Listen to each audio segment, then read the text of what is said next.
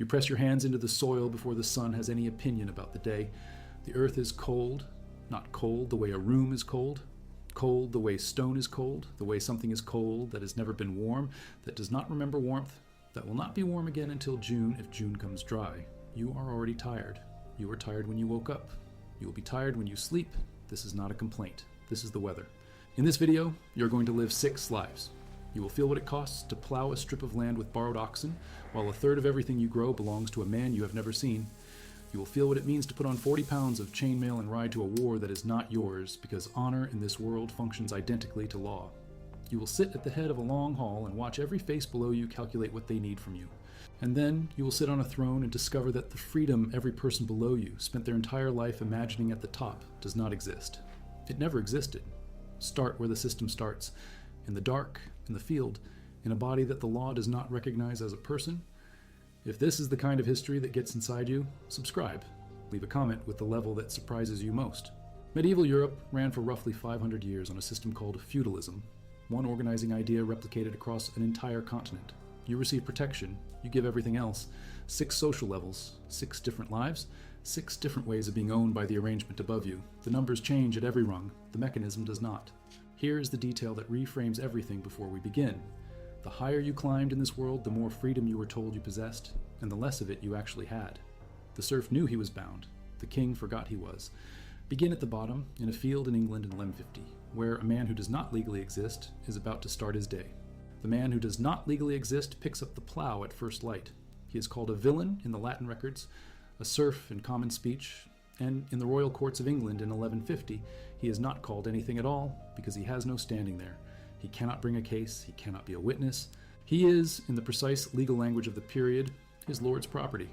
Not like a tool, not like an animal, but in the specific way the law meant it. He and everything he produces belong first to the man who owns the land beneath his feet. Here's what that costs in a single week. In England in the 12th century, a villain owed his lord between 2 and 4 days of labor on the domain, the lord's private fields, before he was permitted to work his own. 4 days for the lord. 2 days for himself and his family, 1 day for God, which is to say for the church, which collected its own tenth of everything you grew, regardless of how the rest was divided. This was called the tithe. The church did not negotiate the tithe. It was not a request. You are plowing a strip 30 feet wide and a furlong long, 220 yards end to end. The oxen beside you are borrowed from a neighbor who will need them back tomorrow, and the whole of tomorrow's plowing depends on this arrangement holding.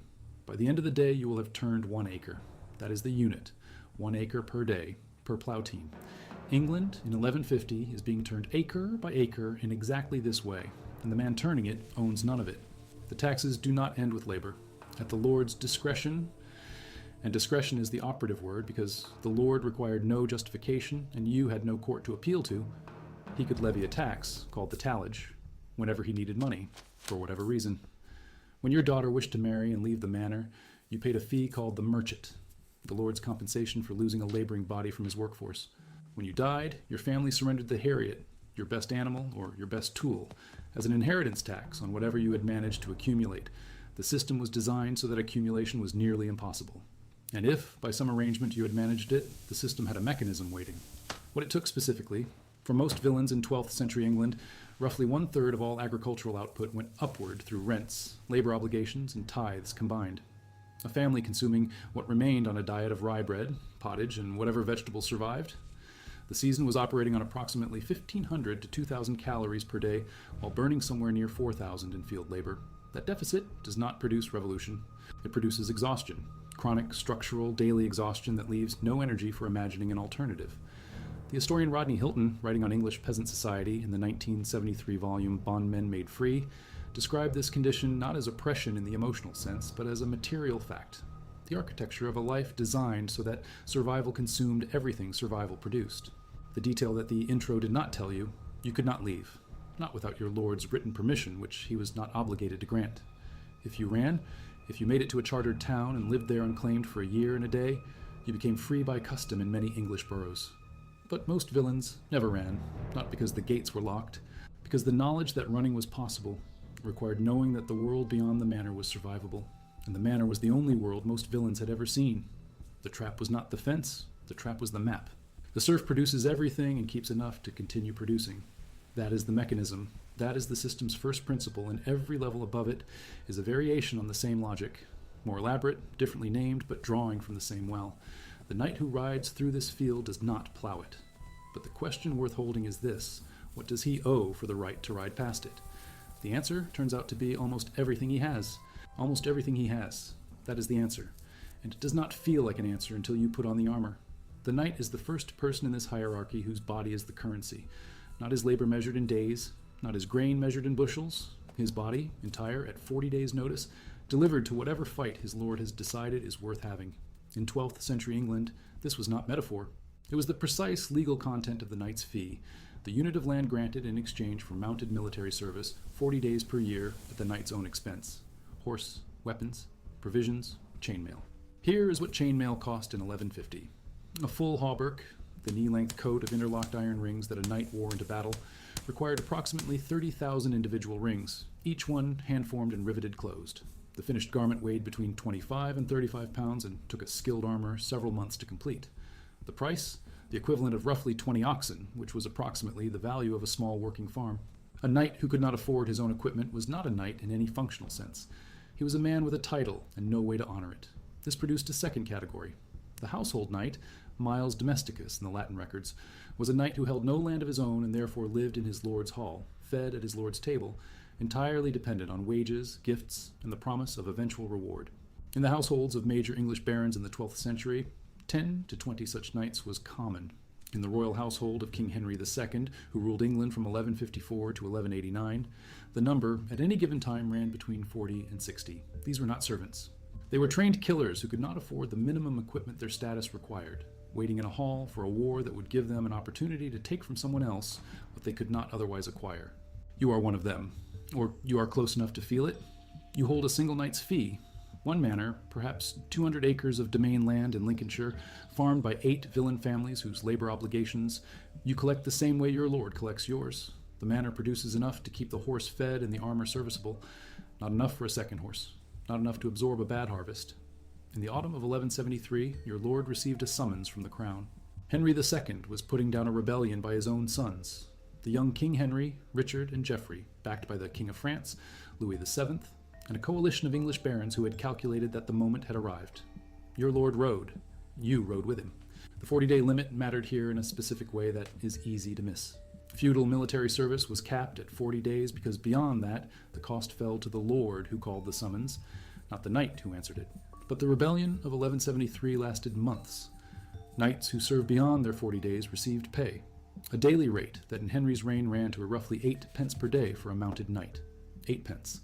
In a world where a laborer earned a penny a day, this sounds like wealth. It was not wealth. It was the cost of maintaining a war horse and a squire in the field, calculated to cover expenses and nothing more. You came home with the same farm you left. What the chivalric literature of the period, the chansons de geste, the romances circulating in the courts of Eleanor of Aquitaine and Marie de Champagne, did with this reality is one of the more precise ideological operations in medieval history. The Song of Roland, composed in its written form around 1100, described the knight's death in battle as the highest form of human achievement. To die with your face toward the enemy, your sword in your hand, in service of your lord and your God. The mechanism by which this story served the people who needed knights to keep riding is not subtle. A man who believes that dying in someone else's war is the pinnacle of existence is a man who will not ask whether the war was worth fighting. The historian Georges Duby, writing in 1980 in The Three Orders, Feudal Society Imagined, identified this as the central function of chivalric ideology, not to ennoble the knight, but to bind him. The code of honor that defined knighthood was not a gift from above. It was a technology of obligation, refined over 2 centuries of practice, that converted a legal requirement into a moral identity. You did not ride because you had to. You rode because not riding was unthinkable. The law had become the self. That conversion, from external compulsion to internal conviction, is the mechanism that every level of this hierarchy used, differently named at each rung. The serf accepted his station because the church told him God had arranged it. The knight accepted his because honor demanded it. The distinction between those two explanations is the distance between a field and a hall. The architecture of the trap is identical. Only the language changes. The lord who commanded this knight lived in a different language entirely. The language of calculation, of alliance, of rooms full of people who wanted things and owed things simultaneously. And that hall, it turns out, was its own kind of prison, with better furniture and no visible walls. Somewhere in England, in the year 1150, a child is born into a serf's hovel before the sun rises. The birth is not recorded. There is no document, no parish register, no royal census that will carry this child's name. The only thing already decided, before the cord is cut, before the first breath, is where this child will stand in the arrangement. The soil beneath the hovel belongs to a lord. The lord's obligation runs upward to a baron. The baron's runs to the crown.